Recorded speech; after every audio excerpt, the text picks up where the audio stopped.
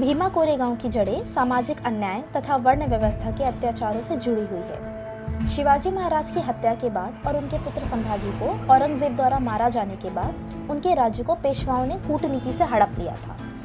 सत्ता में आते ही पेशवाओं ने वर्ण व्यवस्था का कड़ाई से पालन करने का आदेश दे दिया था।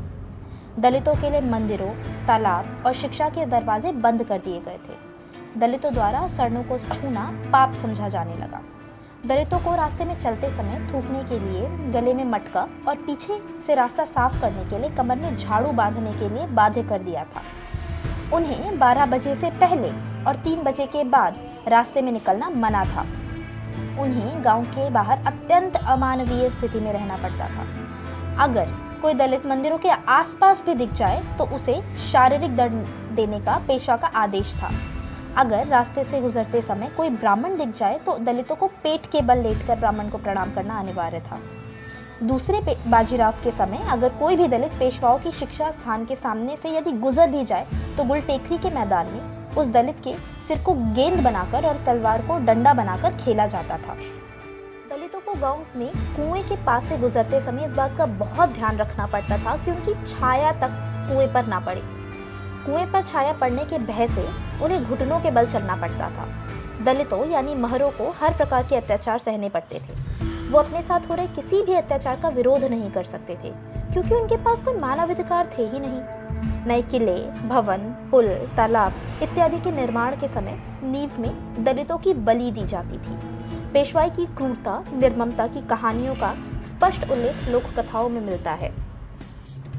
दलितों के पास इन अत्याचारों को सहने के सिवाय कोई दूसरा रास्ता ही नहीं था। वो आर्थिक तौर पर लाचार थे। कोई भी समूह ऐसा अपमान और अन्याय कब तक सहता? अवसर मिलने पर इससे मुक्त होने की कोशिश तो जरूर करेगा। ये अवसर अंग्रेजों की सेना में भर्ती होने के बाद मिला। अंग्रेजों की सेना में दलितों यानी महरों की अलग फौज थी। वो योद्धा थे, लेकिन व्यवस्था से पूरी तरह जकड़े हुए भी। भारतीय गैर अछूत सैनिकों को उन्हें स्पष्ट करने से बचाया जाता था। युद्ध के समय वे स्वर्ण सैनिकों को स्पष्ट नहीं कर सकते थे। युद्ध के दौर में कभी भी साथ बैठकर उन्होंने खाना नहीं खाया।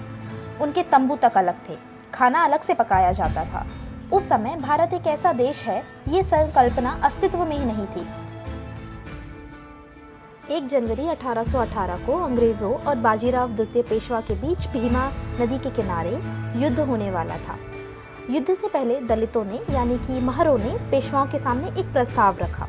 अगर हम आपके साथ मिलकर ब्रिटिश के विरोध में लड़ते हैं तब आपको हमारी सामाजिक स्थिति में बदलाव करना होगा और उपहार के तौर पर हमें एक ज़मीन देनी होगी। लेकिन पेशवाओं ने यह प्रस्ताव ठुकरा दिया। अंततः महर सैनिकों ने अपने सामाजिक बदलाव और आर्थिक हितों के लिए ब्रिटिश लोगों के साथ मिलकर पेशवा के विरोध में लड़ने का निर्णय लिया। इस युद्ध में ब्रिटिश सैनिकों के साथ 500 महर सैनिक थे। इन महर सैनिकों ने पेशवा के 25,000 सैनिकों वाली फौज को पराजित किया। पेशवा अंग्रेजों की अधीनता स्वीकार कर पेंशनर बन गए। इस लड़ाई में 22 महर सैनिक मारे गए।